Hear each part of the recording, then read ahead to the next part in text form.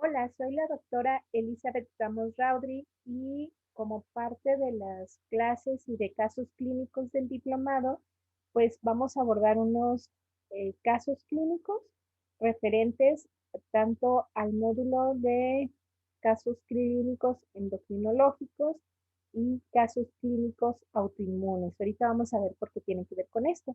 Y bueno, para empezar, quiero comentarles aquí que este trabajo estos resultados son parte de los resultados que se llevaron, bueno, algunos de ellos, otros son más recientes, que se llevaron al Congreso Nacional de Genética el año pasado, en noviembre, y donde demostrábamos cómo los pacientes con alteraciones en el tejido conectivo, que como vamos a ver, pues pasan desapercibidos, tienen una predisposición a tener bajas ciertas vitaminas y ciertas sustancias, como la serotonina, y tener alta la insulina, generar resistencia a la insulina y presentar algunos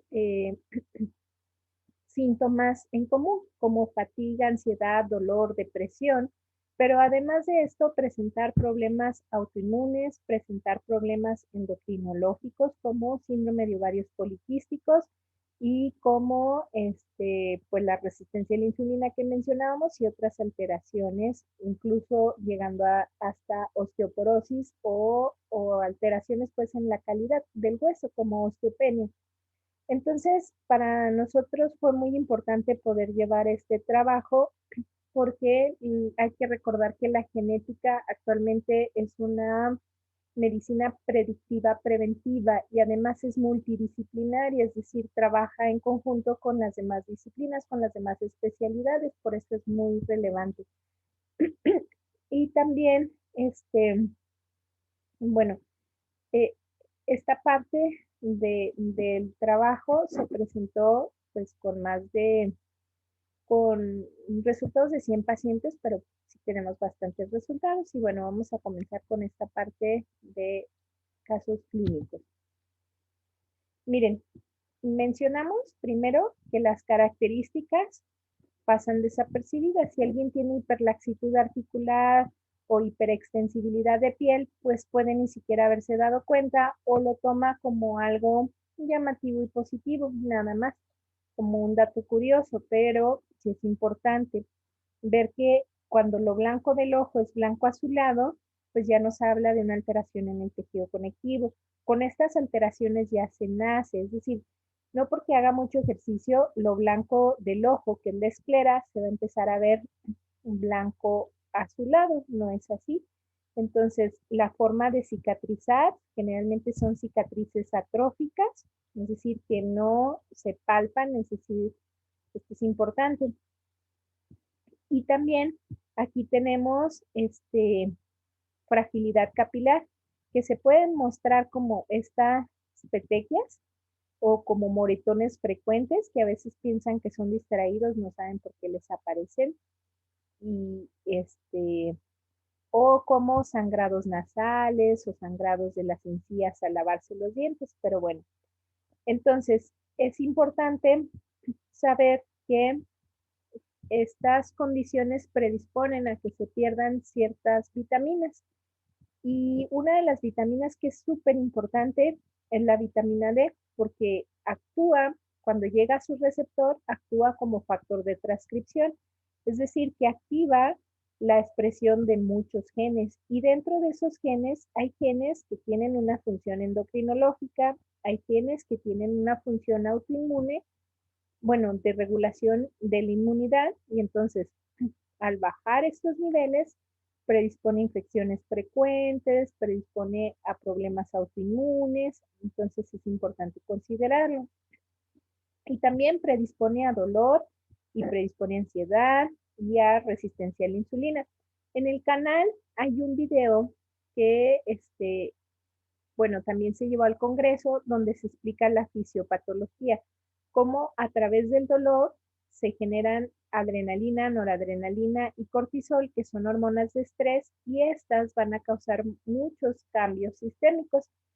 Si son genetistas los que están viendo estos casos clínicos pues pueden encontrar en trabajos libres el trabajo que llevamos sobre estos pacientes con la predisposición a estas deficiencias. Y si no, pueden buscarlo en el canal de YouTube, ODRI Neurogenética y Genética Clínica, y allí pueden encontrar los videos que les menciono para que puedan entender un poquito más esto. Y bueno, yo consulto de lunes a domingo, generalmente presencial, también consulto en línea, y pues bueno, esos son mis datos de contacto. Igual si tienen alguna duda, pues me contactan y con gusto la resolvemos. Si son de las clases del diplomado y tienen dudas específicas, podemos agendar una reunión por Zoom de forma independiente. Por mí, me daría muchísimo gusto compartir con ustedes y si ustedes quieren, pues puede ser una, dos o tres reuniones por Zoom, las que consideren oportunas y podemos platicar sobre estos datos. Entonces, ahí están mis datos de contacto y ya me lo harían saber. Bueno, miren, pues vamos a empezar con esto. Por obvias razones tuve que cortar la parte donde dice el nombre del paciente y si es un hombre o mujer. Pero lo que sí pudimos dejar es, bueno, primero que yo solicito estos estudios, ¿verdad? Y lo siguiente es que la edad del paciente es de 2 años, 10 meses. Entonces es un paciente pequeñito. Quiere decir que esperaríamos que sus niveles por la edad que tiene estuvieran cercanos a 40, 45 y vean que tenemos 29.7. Entonces podríamos pensar que es muy poquita la deficiencia y que no da datos, pero sí, son pacientes que se ven por ansiedad o por otros problemas. Pero bueno, entonces empezamos a ver los diferentes casos. Y acá miren, aquí tenemos una paciente de 49 años que tiene un nivel de vitamina D 21.4 y una resistencia a la insulina. ¿Sí? Esto es muy importante porque recuerden que la resistencia a la insulina pues va a dar lugar al síndrome de ovarios poliquísticos, va a dar lugar a la hiperkeratosis pilar, la cantosis nigricans, a muchos cambios. Entonces, incluso irritabilidad en los pacientes que tienen la resistencia a la insulina. Y cuando traen estos niveles, desarrollan dolor articular. Entonces es muy importante checar esto y checar si hay o no hipotiroidismo. Y luego acá vemos, porque recuerden que la vitamina D baja suele dar alteraciones a nivel de tiroides y suele dar alteraciones autoinmunes. Entonces, checar si hay hipotiroidismo y luego checar también si hay anticuerpos antitiroideos. Y la otra cosa que hay que checar son otras condiciones autoinmunes, pero esto ya depende de cada paciente. Miren, bueno, aquí, paciente de 15 años y los niveles de vitamina D.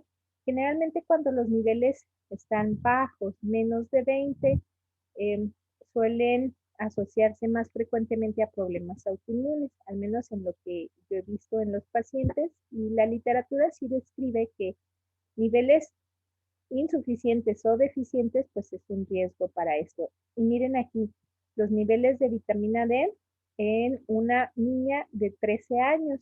Nosotros en una niña de 13 años esperaríamos que tuviera unos niveles cercanos a 40 más o menos por la edad o más. Lo ideal es que todos anduviéramos en unos niveles de 80, pero bueno, ya, ya se conforma uno con tener unos niveles de 40 a los estudios sin suplementos, pues eso sería ideal. Y recuerden que estos niveles que se están midiendo es vitamina D 25 hidroxi, entonces es la vitamina D que se absorbe a nivel intestinal, porque luego salen bajos y siempre dicen, es que yo no me he asoleado porque la dermatóloga me dice que me cuide del sol. Ok, pero esa no es la vitamina que se absorbe a nivel intestinal y por lo tanto, si esa vitamina está baja, la vitamina ya activa, que sería la vitamina D3, pues también está baja. Entonces es importante considerar esto. Y miren, aquí vemos la resistencia a la insulina en una niña que realmente no tiene una obesidad y se ve aparentemente normal.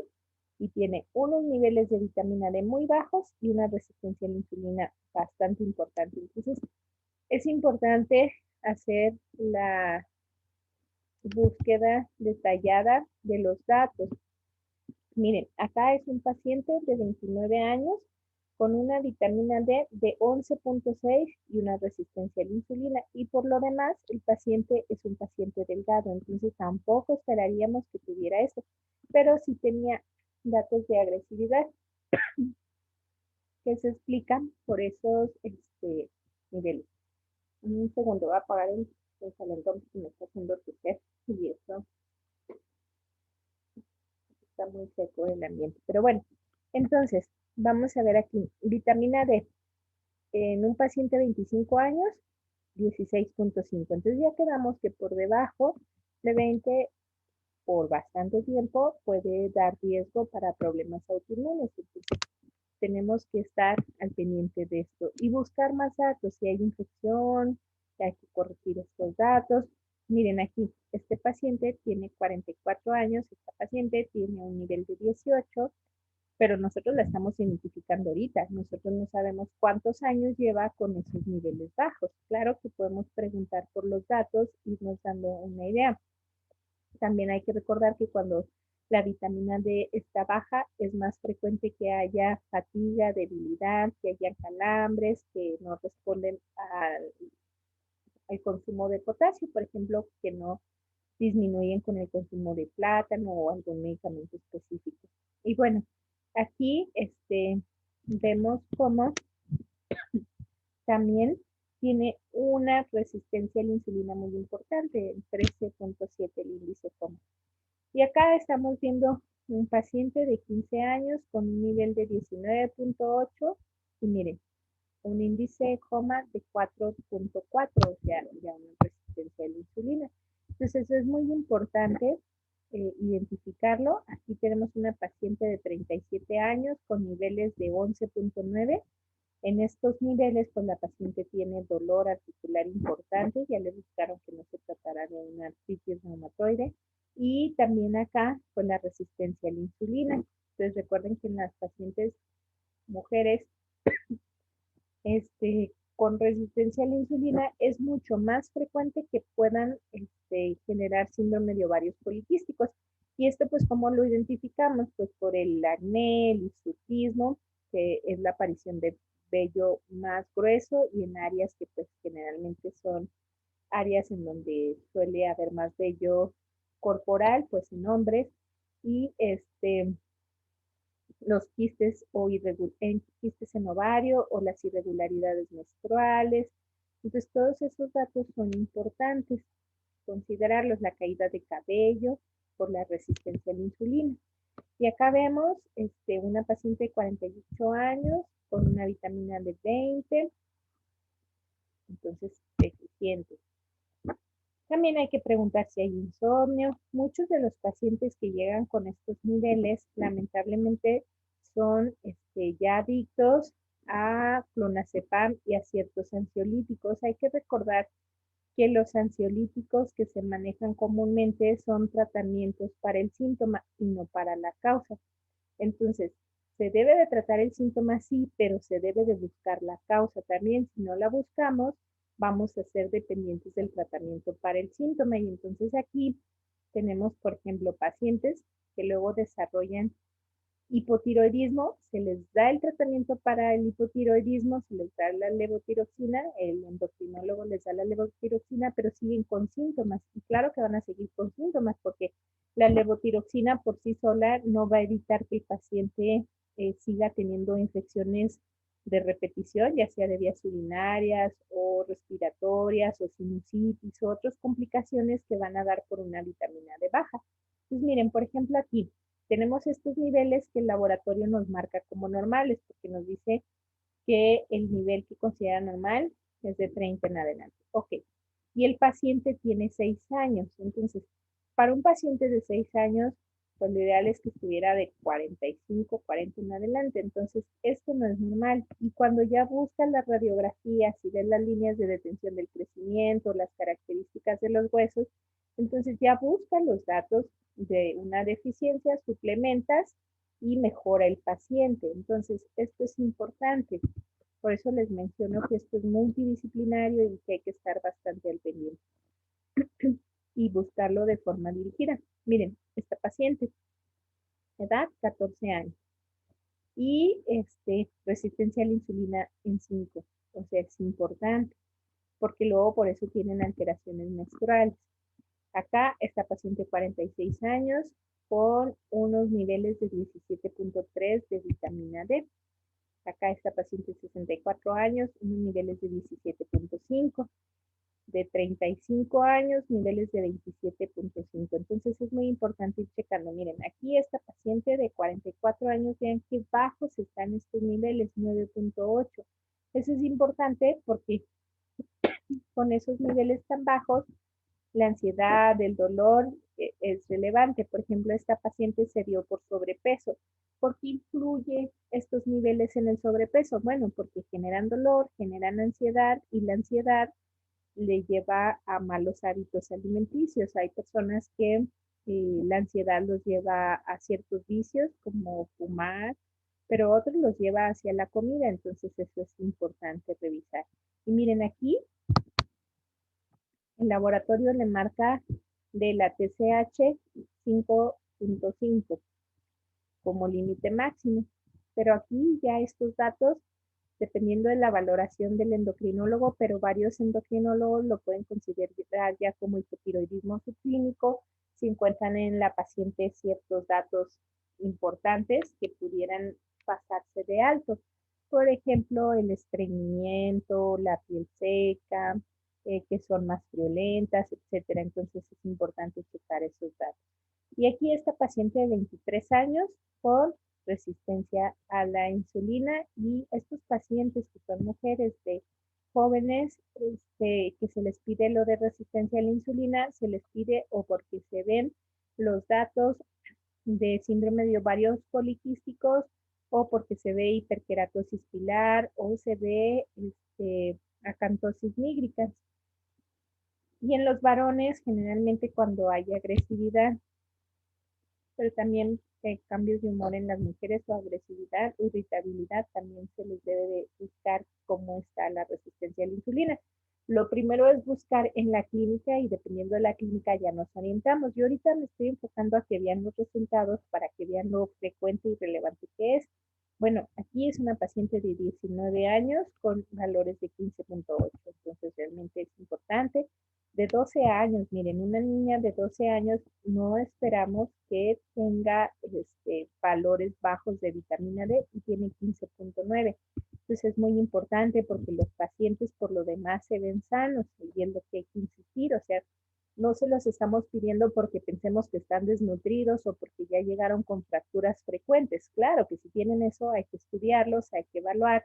Recuerden que las fracturas frecuentes no todo es osteogénesis imperfecta y que hay una cantidad muy importante de síndromes genéticos y dentro de estos síndromes pues están las condiciones que tienen alteración en el tejido conectivo, que son muchísimas condiciones, que son más de 200 condiciones genéticas que pueden tener alteración en el tejido conectivo y que, bueno, en lo del trabajo que llevamos al Congreso de Genética, ahí mostramos una tabla de una revisión que hicimos bibliográfica, donde muestra cómo diversas condiciones, no solo monogénicas, sino también cromosómicas, tienen datos reportados en el OMIM, en el SNID y pues, en la literatura, en la bibliografía internacional y referida pues a las condiciones genéticas, donde demuestran que hay síntomas de alteración en el tejido conectivo. Muchos de ellos sí los describen abiertamente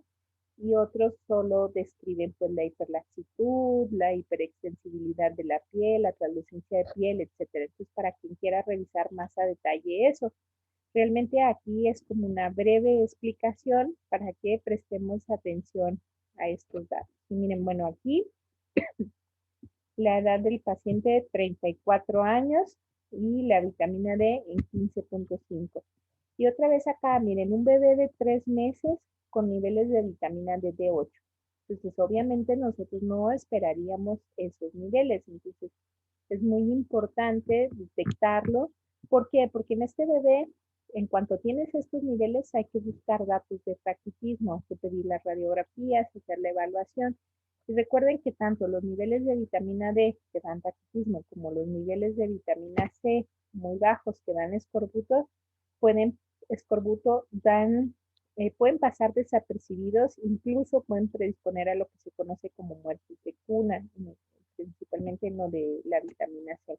Y vamos a ir viendo más estudios. Acá este va enfocado, se ve pues 13 años, femenina, 16 de vitamina D. Entonces la clasifica como insuficiente. Y de la vitamina C está en un nivel intermedio, esta paciente. Vamos a ir viendo lo demás. Ahora, en los datos clínicos, recuerden que también cuando está baja la vitamina D, baja generalmente la vitamina B12 porque se absorben en el mismo segmento intestinal y hay que saber buscar los datos clínicos. Y bueno, empezamos con que las uñas deben de ser rositas y deben de tener una parte que es blanca que se llama lúnula y no la vemos. ¿Se fijan cómo estas uñas se ven opacas, blancuzcas? ¿Sí? Esto es muy importante y vemos que la manita corresponde a un paciente pequeño, un paciente pediátrico. Miren estas uñas, no se ven rojas, se ven pálidas, casi blancas, pues no se les ve la lúnula y pues es un paciente adulto. Entonces, esto es muy importante porque aquí vemos reflejado cómo está realmente esa circulación y esa oxigenación a nivel de las extremidades, pues realmente está bastante mal. ¿Esto por qué pasa? Por la deficiencia de vitamina B12. Claro que hay que buscar más datos que apoyen el diagnóstico y hay un video en el canal que se llama Vitamina B12 y ADN y allí pueden encontrar esto. Pero incluso cuando mides la saturación en los pacientes, un paciente que tiene su hidratación normal, que no tiene problemas cardiovasculares ni respiratorios y que tiene sus niveles de vitamina B12 normales y adecuados, se le ve pues la piel muy rojita, etcétera, satura cercano 98, 97 y un paciente que no anda saturando 93, 92. Entonces es importante revisar todos estos datos cada vez que vemos al paciente. Recordemos que la consulta es integral. Y bueno, aquí lo más importante son los niveles súper bajos, nada más que se me movió en la presentación. Entonces, dejen corregirlo desde acá para que se pueda ver lo que queremos mostrar. Y esto es muy importante, miren, vitamina C. Hoy no muestra la edad del bebé, creo que por como le recorté la imagen. Déjenme ver si se alcanza a ver la edad del bebé. No, no se ve. Pero es un bebé que por lo demás se veía normal. Y menor de 1 año de edad, me parece. Bueno, entonces aquí lo más relevante es que miren, la vitamina C, este es un escorbuto. Vean, niveles mínimos de 0.2 y aquí tenemos 0.09 y les dice bajo verificado. O sea, lo volvieron a revisar para estar seguros que ese era el nivel que tenía el paciente. Y entonces miren aquí, lo más relevante es que la vitamina C tiene que ver con la formación de energía. Entonces la podemos ver como si fuera la pila de nuestro celular, que tiene este rango. Entonces, si ni siquiera se alcanza a ver, imagínense cómo son los niveles de atención del bebé, cómo se están produciendo los neurotransmisores que dependen de estos niveles de vitamina C adecuados, para empezar la serotonina. Entonces es muy importante, una vez haciendo este diagnóstico, por la edad del paciente, pues hay que pedir radiografías para diagnosticar el escorbuto como tal y corregirlo. Entonces es muy relevante. Y acá miren la vitamina D también en niveles insuficientes. Entonces, no porque el paciente se vea sano, pensemos y bien alimentado, pensemos que no puede tener una de estas deficiencias. Lo que hay que buscar son los datos que les menciono, que suelen pasar desapercibidos. Y ya vemos las escleras blanco-azuladas, vemos la hiperextensibilidad en la piel, en las articulaciones, etcétera. Entonces hay que empezar a sospechar. O si ya tenemos diagnósticos específicos como ciertos síndromes en donde sabemos que hay mayor laxitud, pues hay que buscar estos datos. Y hay que identificarlos a tiempo, antes de que desarrollen complicaciones como el hipotiroidismo, como los problemas autoinmunes, incluso la predisposición a ciertos tipos de cáncer. Y aquí vemos la vitamina C, que está otra vez en niveles bajos, miren, de 0.2 a 1.9 y tiene 0.07. Entonces, otra vez a buscar a nivel de las radiografías, porque también era otro bebé pequeño estos resultados. Miren acá, vitamina C, resultado 2.6. Valores mínimos de 4 a 15. Entonces aquí vemos que nos dice que está por debajo del valor de referencia. Igual, hay que completar el diagnóstico en el paciente y corregir estos niveles. Y ver por qué le está pasando esto. Entonces, ver si tiene los otros datos importantes. Y aquí miren, vitamina D, 26.3. Entonces, igual, quedan insuficientes. Y hay que buscar los datos de deficiencia de vitamina D. Aquí vemos un poco de rectificación cervical. Recuerden que muchos de los pacientes por rectificación cervical, por escoliosis, generan dolor. Y ese dolor, ya sea que lo detecten en el cuello, que les dé cefaleas o incluso que pase desapercibido, pues hay que buscarlo porque ese dolor genera estas alteraciones al secretar estas hormonas de estrés, que es adrenalina, noradrenalina y cortisol. Para eso les hago referencia a que vuelvan a ver el video miren, bocio en pacientes que tienen alteración en esta vía. Miren, escoliosis. Entonces, pues la escoliosis podemos explorar a nivel clínico, pero a veces es muy leve y se requiere la radiografía. Además, vean la calidad del hueso. Vean que cuando disminuye la densidad del hueso, es como si agarráramos un gis y marcáramos los bordes del hueso, que es la cortical. Entonces, es importante evaluar esto también en los pacientes.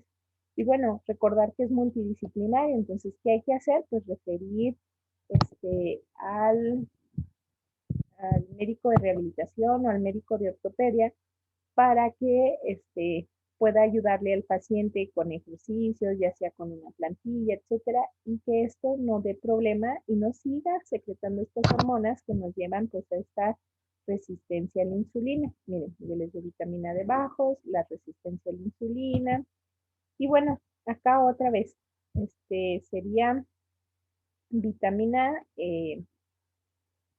D, no, vitamina C en 3, niveles mínimos 4. O sea, si tiene que ver con la energía, pues por eso hay mucha gente que considera que es distraída y la verdad es que el problema está aquí. Y acá la vitamina D bastante baja.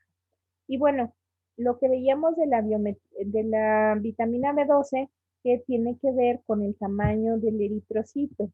Y aquí vamos, por eso puse para ejemplificarles. Miren, el tamaño del eritrocito puede ir de 78 a 99, pero vean dónde está cercano a 94 y eso es importante porque no necesariamente tiene que ya darnos una anemia megaloblástica para hacer el diagnóstico. De hecho, el problema es que muchas veces en neurología se diagnostica la deficiencia de B12 hasta que se desarrolla una anemia megaloblástica y no todos los pacientes van a desarrollar la anemia megaloblástica, sino que hay que buscar los datos clínicos y los datos del laboratorio y apoyarnos en ellos. Recordar que también las infecciones de la onicomicosis, que son los hongos en las uñas, son frecuentes cuando hay deficiencia de vitamina B12 y esto porque pues, no se oxigena bien esa uña y no tienen las defensas necesarias.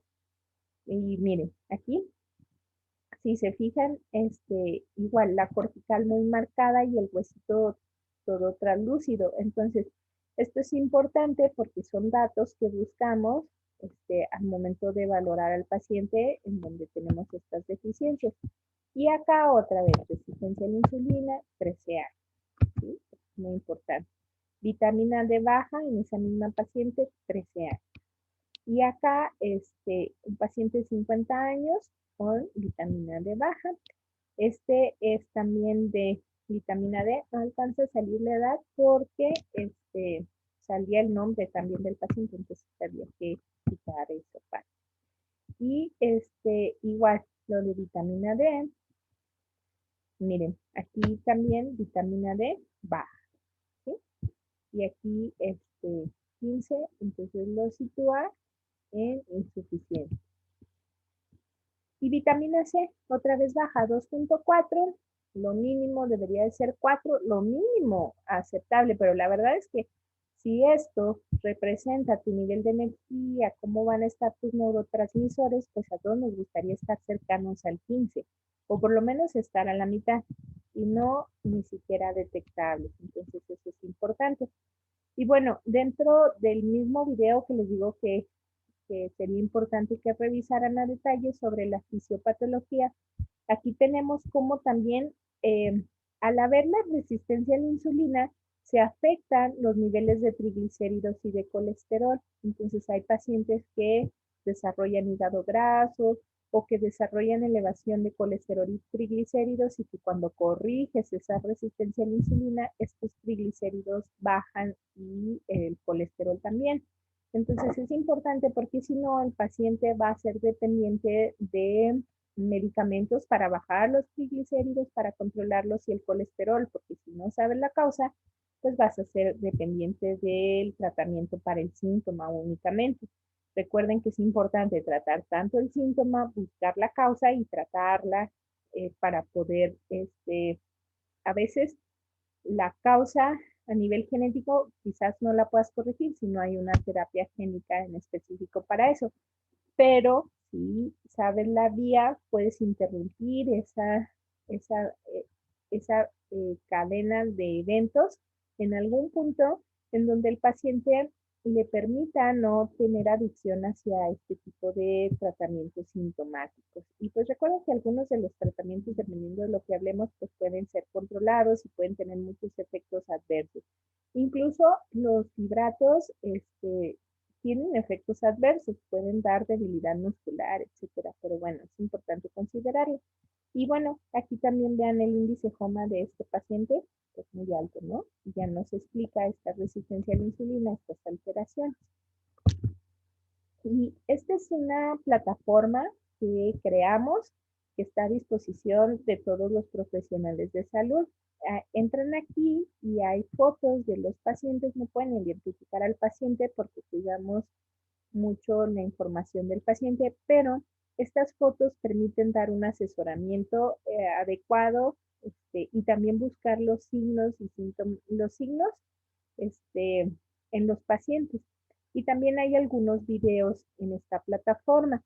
Hay que registrarse porque es para el personal de salud, pero es gratuita, no tiene costo y allí encuentran el formulario para el registro y esperamos les sea de utilidad.